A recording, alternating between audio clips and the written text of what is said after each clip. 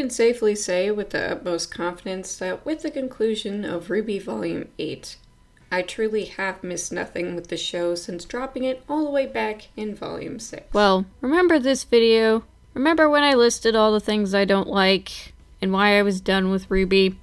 When reading reviews and stuff, I sort of had a realization that Volume 7, and to a bigger extent Volume 8, repeated the exact stuff I said I did not like in Volume 6. You know, Team RWBY always being treated as morally in the right, even when they're clearly doing something wrong and don't really have to face any consequences for it. I will give Volume 7 a tiny bit of leeway here, since at the very beginning, they all got arrested for stealing an airship. Even if they were immediately released afterwards, it seems like they got told off at least. However, especially in Volume 8, the main gang was treated as if they were always morally just because, you know, they're the heroes. They always have to be right. And thus the writing, the characters, and the world were twisted, bent over backwards to make that happen. And the most egregious example of them all being James Iron Daddy Ironwood, or as he shall now be forever known as New Adam. Because the show took whatever character they did have and turned it all around on its head, making them complete psychopaths. So, I'll be making my case as to why Ironwood is the new Adam. In this introduction, how to make your characters get Adamed. Copyrighted by Right Kitty. Step 1 is pretty easy to accomplish. Characters, personality, relationships, even general intelligence? Well, just throw that all out the window. That way your audience can't connect to them anymore because they have no other personality other than being psychopaths. As I stated in my very first RWBY Rant video, Adam got reduced to a crazy ex-boyfriend stalker type, who, well, didn't align himself with a White Fang anymore. At all, even though that was his entire cause. As for Ironwood, he gave Team RWBY all their stuff and whatever, and generally seemed like he was trying to do his best for his kingdom. Throw that out too. Step 2 is probably the most fun part of it all, except it won't be for your audience. Just make them kill anyone and everyone standing in their way. It doesn't matter who, it doesn't matter for what reason. Just know that they're gonna stack up a lot of bodies. I'm going to give Ironwood shooting Oscar a bit of leeway here because actually it was kind of written well, you know? Where basically he did not see a kid there. All Ironwood saw was a man who screwed him over. So it made some sense, story-wise.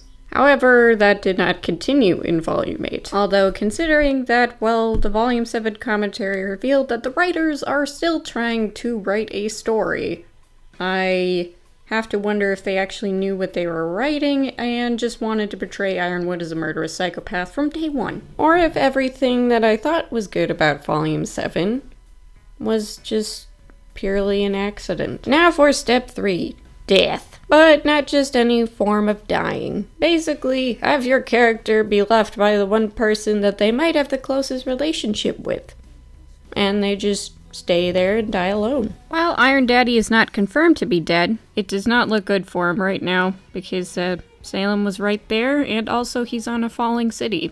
So he most likely will eviscerate on impact. Unless, of course, the writers pull something else out of their buttholes that gets Ironwood out of there. Now to segue into the cause of Ironwood's transformation, bending over backwards for Team RWBY to be in the right. Because the writers did it again. They had to have the villains, or rather the people they were antagonizing, be over-the-top cartoon people. Even with all that, a man who just wanted to save as many people as he could was then twisted into the bad guy so that the heroes would look better. If you think I'm exaggerating, I'm not. Ironwood bailed them out of jail, gave them new gear and upgrades and all that happy stuff. He also made the younger of the group huntsmen to show that he trusted them, and he allowed them to go on missions with their elite force. And then, lied to Ironwood about Salem being unkillable. She can literally generate from goop, for Pete's sakes. That's kind of important to tell someone. Tried to steal the relics that Ironwood was going to use to lift Amity Arena up into the air to, save the people he could, and let one of them fall into the bad guy's hands. And what did our main gang of heroes do about it? Well, they split up, tried to put the people of Mantle in a crater, yada yada. Oscar gets captured by the Hound, so they screw up there. Penny gets infected by a virus. And, and then when Salem's Grim Army is on the doorstep, half of them are literally just sitting in the Schnee Mansion drinking tea. And you get this really quick final fight between Ironwood versus basically everyone, including Emerald, even though she did not know the guy's name until probably an hour before. However, what is made even worse is that this entire conflict is pointless. Everything that happened in Volume 8 and, like, the second half of Volume 7. Utterly, absolutely pointless. None of them needed to go through all this torture because the Relic of Creation was there. The second of the blue genies revealed in RWBY basically has some of the most confusing parameters I've ever seen. So, I'm just gonna boil it down to this. He gets blueprints for portals, and then he makes the portals, which gets everyone and anyone to Vacuo, rendering whatever the heck happened with Ironwood completely and utterly pointless.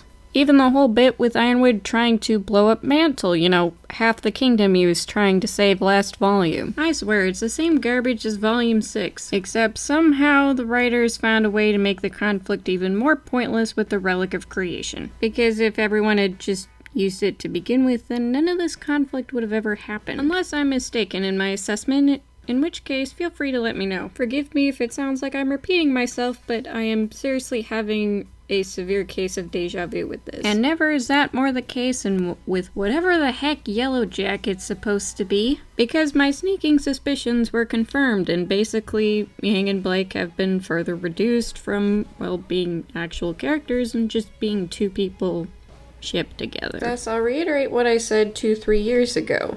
Your lover does not become your entire being when you get into a relationship. That's just kind of unhealthy. And because of Yang and Blake not being their own characters and just being each other's entire being, especially considering Yang, it's basically spread over to other characters to the point where I can consider the Bumblebee Yellow Jacket ship almost like a parasite, sucking out the life from other characters to feed into the immense shipping. And no, I'm not talking about people who ship Bumblebee and just like it. I'm talking about the actual in-show writing for this relationship. Sticking with their main family members, it's like, hey Crow, you finally remember you have more than one niece after ranting and raving about killing Ironwood for an entire volume. For something he had absolutely no involvement in and was entirely Robin's fault. And yours if you really think about it, because somehow you decided that trusting a serial killer to get you out of this dicey situation would be better than just going directly to Ironwood. Crow and Tyrion teaming up is a cool idea and concept, but in execution it made Crow look like an idiot.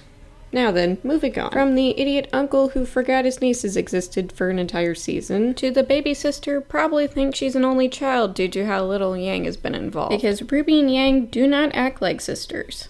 At all. When one of them is in distress or in peril, they do not act like sisters. They act like they're acquaintances. For example, during this conversation with RWBY about, standing up and fighting against Salem and whatnot, it's just very generic. And any one of the other characters could have said it. This conversation takes place right after Salem reveals she's killed Summer Rose. The mom, a woman who raised RWBY and Yang. It's like she has a non-reaction. She just doesn't really do anything aside from cradling RWBY. And that's probably why Yang calling Summer Rose her mom in the Volume 8 finale is so hollow, because it's like, that never mattered beforehand, so why should it matter now? Why should I get an emotional reaction now? Same thing with Yang falling a couple of episodes later. RWBY just has such a non-reaction to her sister falling, and while I couldn't find the exact reaction, it was something similar to this face. A face of mild annoyance, while Blake was screaming. It's just, ever since Volume 5, Yang's not allowed to be a part of her family's lives anymore.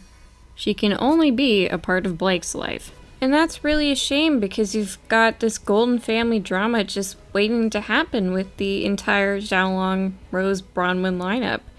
And it's just not acted upon because shipping is more important. Now, I'm not saying Bumblebee is the cause of all writing problems in RWBY. Certainly not.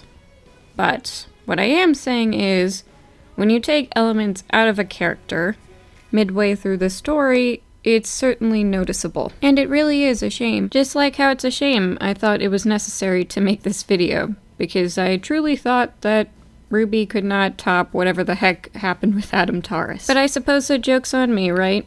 So for those of you wondering if I'd ever come back to actually watching RWBY, well, my answer's no. And that's not even considering Penny the Robot being killed by a member of Team Juniper. Again. So, yeah. I think I'm just gonna be done with RWBY content for a while. I'll still make the manga videos for sure. Need to finish that up, but in terms of RWBY the show, yeah, I think I'm just gonna be done with that. It's not content I enjoy making anymore. With that, Riot Kitty solemnly signs off.